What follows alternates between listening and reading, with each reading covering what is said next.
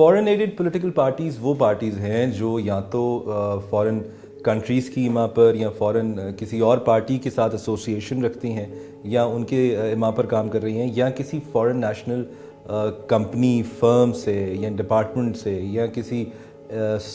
فورن source سے funding لے رہی ہیں. تو ایسی پارٹیز کو پولیٹیکل پارٹیز آرڈر 2002 میں فورن ایڈڈ پارٹی کہا گیا ہے.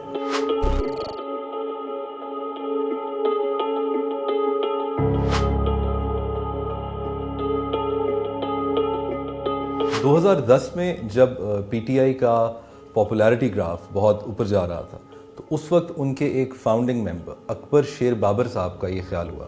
کہ پارٹی اپنے فنڈ جنریشن میں وہ ٹرانسپیرنسی مینٹین نہیں کر رہی جو کہ قانوناً اس کی ذمہ داری ہے. اس بات کو سامنے رکھتے ہوئے اکبر صاحب نے 2014 میں ایک کمپلینٹ فائل کی against the political party P T آئی اور یہ کمپلینٹ الیکشن کمیشن کے سامنے فائل کی گئی. اس کے اندر یہ کہا گیا کہ the party is in breach of article 3, 5, 6 and 13 of the political parties order 2002. Basically اس میں یہ الزام لگایا گیا کہ پارٹی نے ریسٹرکٹڈ سورسز سے فورن نیشنل سے کچھ فنڈز جنریٹ کیے ہیں جو کہ غیر قانونی ہے. دوسرا اس میں یہ کہا گیا کہ پارٹی اپنے ممبرز کے ساتھ جو فائنینشیل ریکارڈ ہے وہ شیئر نہیں کرتی جو کہ اس کی قانونی ذمہ داری ہے. مزید اس میں کہا گیا کہ جو کنٹریبیوشنز آتی ہیں پارٹی کو فرام اٹس ممبرز یا سپورٹرز اس کی ریکارڈ کیپنگ بھی ان اکارڈنس ود لا نہیں ہو رہی. اور اگینسٹ دس بیک گراؤنڈ یہ بھی الزام لگایا گیا کہ آرٹیکل 13 کے اندر جو سرٹیفیکیشنز جمع کرائی جاتی ہیں پارٹی ہیڈ کی طرف سے وہ اب تک جو سرٹیفکیٹ جمع کرائے گئے ہیں regarding accuracy of financial statements and compliance of the laws وہ جھوٹے ہیں اور against the facts and record ہیں.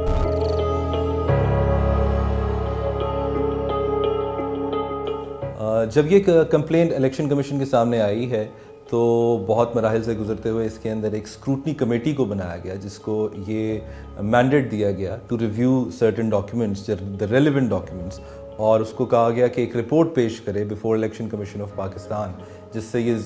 ظاہر ہو سکے کہ آیا ایسا حقیقت میں ہے یا نہیں ہے. بقول اکبر شیر بابر صاحب کے اس اسکروٹنی کمیٹی میں کچھ ایسے اکاؤنٹس بھی سامنے آئے ہیں جن کو پی ٹی آئی کی طرف سے پہلے تو کنسیل کیا گیا اور بعد میں جب یہ انکور ہو چکے ہیں تو ان کو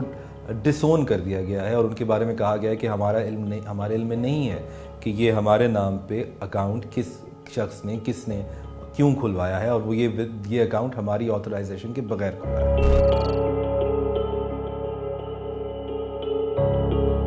پی ٹی آئی کی طرف سے کچھ جو سانسز سامنے آئے اس کمپلین کی جواب میں وہ کچھ ٹیکنیکل گراؤنڈز تھے جن میں سے ایک تو یہ تھا کہ اکبر شیر بابر صاحب is not the member of the party لہٰذا اس کی یہ درخواست قابل سماعت نہیں ہے. اس صورتحال میں اکبر شیر بابر صاحب کا یہ کہنا رہا ہے کہ کوئی بھی ایسا پیس آف پیپر الیکشن کمیشن کو نہیں دیا گیا جس سے یہ ثابت ہو سکے کہ ان کو ممبرشپ سے ایکسپیل کیا گیا ہے. یہ بات انڈینائبل ہے کہ اکبر شیر بابر صاحب 2011 تک بڑی prominent positions with in the party hold کر چکے ہیں اور ساتھ ہی ساتھ وہ الیکشن بھی کنٹیسٹ کر چکے ہیں پی ٹی آئی ہی کے ٹکٹ پہ. مزید یہ کہا گیا کہ کیونکہ اکبر شیر بابر صاحب کی طرف سے کوئی ویریفائیبل کوئی ایکشنیبل مٹیریل نہیں دیا گیا لہٰذا اس درخواست کو آگے چلانے کی ضرورت ہی نہیں ہے.